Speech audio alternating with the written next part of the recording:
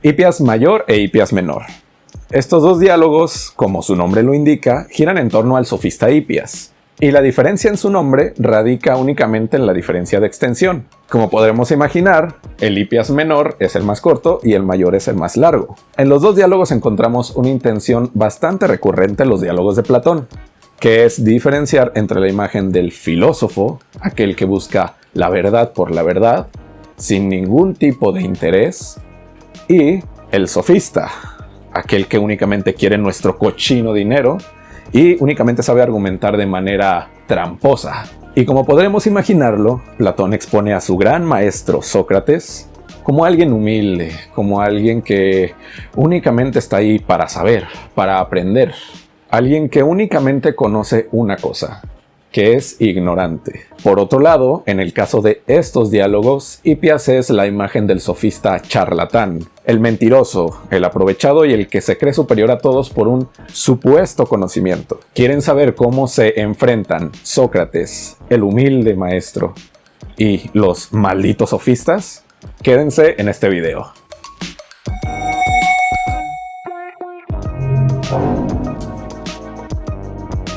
Antes de comenzar, es pertinente hacer una pequeña sugerencia a todos ustedes. Pongan mucha atención en las características que Platón quiere darnos a entender de los sofistas. Ahí vamos a ver claramente cuál es su intención al dibujarlos de tal o cual manera. Pues bien, comencemos con el Hipias menor. En el Hipias menor el tema central, al parecer, es la verdad. Sin embargo, no se limita únicamente a esto. La discusión radica entre quién es mejor en la Ilíada y la Odisea, Aquiles u Odiseo. El sofista Hipias llama a Odiseo el más astuto, mientras que a Aquiles lo llama simple, alguien con una mente bastante simplona. Sócrates quiere cuestionar estas cosas. Hipias argumenta que Odiseo es más astuto que Aquiles porque es un gran mentiroso. Entonces Sócrates se pregunta, ¿todo mentiroso es necesariamente astuto? ¿Es necesario ser muy astuto para poder ser un gran conocedor de cómo mentir?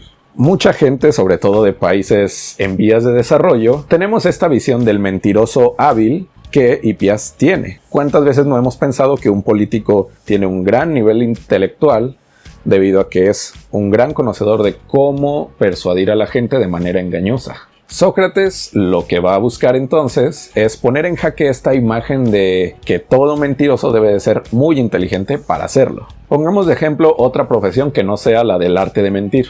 Por ejemplo, un carpintero que sea bueno en su profesión debe de ser consciente de lo que está haciendo. Debe de saber diferentes técnicas para manejar los materiales. Si alguien es ignorante en estas cosas, en técnicas y materiales para la carpintería, no va a poder ser un gran carpintero. Siguiendo este argumento, si lo pasamos al arte de mentir, alguien que fuera ignorante en cómo mentir no podría hacerlo. Si le preguntamos a alguien ignorante en matemáticas cuánto es 573 por .875 y esa persona se esmera en mentirnos en el resultado, pero también es ignorante en el arte de mentir, aún así nos va a mentir en la respuesta. Definitivamente, aunque no sea bueno en el arte de mentir, no nos va a poder decir la verdad, no nos va a poder decir el resultado correcto de dicha complicada operación. Esto significa que no es necesaria una gran sabiduría para poder mentir. Entonces, como lo decía Hipias, no es necesario realmente ser inteligente para ser alguien astuto en el arte del engaño. El arte del engaño te había dicho la otra vez que era una rola de Cártel de Santa, güey. Ya me acordé de esto, güey. Muy buena rola, güey. Por ello, Hipias cambia su postura y pasa a decir que el hombre inteligente más bien es capaz de mentir o de decir la verdad de manera consciente. El ser consciente de hacerlo es lo que lo hace inteligente. Entonces aquí vemos más o menos la premisa que busca defender Hipias. La inteligencia de un mentiroso no radica en que sea capaz de mentir, sino en qué tan capaz es de ser consciente de cuándo miente y cuándo dice la verdad. Esa es la premisa que busca defender Hipias. Recapitulando, debido a esto que les acabo de decir, Odiseo es más virtuoso que Aquiles. Sócrates para esto ya sabe perfectamente cómo derrumbar estos argumentos. Supongamos que esto es verdad. Alguien es más virtuoso en tanto que es más astuto para ser consciente de mentir o de decir la verdad. Esto podemos entenderlo también con otros ejemplos de otras profesiones. Por ejemplo, un atleta que a propósito, conscientemente, corre mal, es más virtuoso, según este argumento, que aquel que corre mal inconscientemente, es decir, por simple torpeza. Ahora bien, ¿qué pasa si un hombre que es capaz de hacer el bien hace voluntariamente el mal? Conscientemente decide hacer el mal. Es decir, ¿qué pasa si alguien que puede actuar justamente, de manera consciente y de manera voluntaria, comete una injusticia? ¿Podríamos decir que esa persona es más virtuosa que la que lo hace inconscientemente? Creo que todos sabemos la respuesta de esto.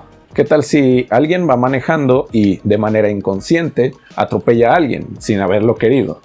¿Diremos que esa persona es menos virtuosa que alguien que voluntariamente quiso atropellar a una persona? Creo que todos sabemos la respuesta. Incluso en el derecho se trata de apelar directamente a la intención de quien llevó la acción, y debido a ello se generan ciertos castigos o se perdonan. Si alguien atropella involuntariamente a otra persona, se le considera un accidente y por lo tanto no merece ningún castigo. En cambio, si una persona lo hace voluntariamente, definitivamente va a acabar en la cárcel. Esto no únicamente en el derecho, sino fuera de toda pena, claramente encontraríamos más virtuoso a aquel que lo hizo sin querer, a aquel que lo hizo con toda la intención. De esta manera es que Sócrates llega a derrumbar la imagen de un Odiseo que, gracias a que es capaz de mentir y lo hace conscientemente, es más virtuoso que Aquiles. ¿Qué tiene que decir Hipias al respecto? Nada. Por eso el diálogo concluye de esta manera. Nos basamos en esta maravillosa edición que es muy difícil de encontrar en los puestos de periódico. Dice Hipias: no me es posible admitir eso, Sócrates. Responde Sócrates: tampoco yo puedo admitirlo, Hipias, pero necesariamente nos resulta así, ahora según nuestro razonamiento. Pero, como decía antes, yo ando vacilante de un lado a otro respecto a estas cosas y nunca tengo la misma opinión. Y no es nada extraño que ande vacilante yo y cualquier otro hombre inexperto. Pero el que también vosotros, los sabios, vaciléis, esto es ya tremendo para nosotros, que ni siquiera dirigiéndonos a vosotros, vamos a cesar en nuestra vacilación. Siempre tan atento el gran Sócrates. Como podemos observar, al igual que muchos de los diálogos platónicos, este diálogo es aporético. Esto en los diálogos platónicos significa que no llegan a una resolución concreta. Para empezar, el tema central es supuestamente la verdad. Sin embargo, la verdad en realidad es tocada de manera muy superficial. Más bien el tema central del diálogo radica en la intención, en el mentir o el decir la verdad y la relación de esto con la moral, con la virtud. Definitivamente no podemos limitarnos a Platón para generarnos una clara imagen de los sofistas, sobre todo después de tener fragmentos directos de las obras de los sofistas, los cuales vamos a tocar en otros videos que puedes ver ahora en nuestro canal.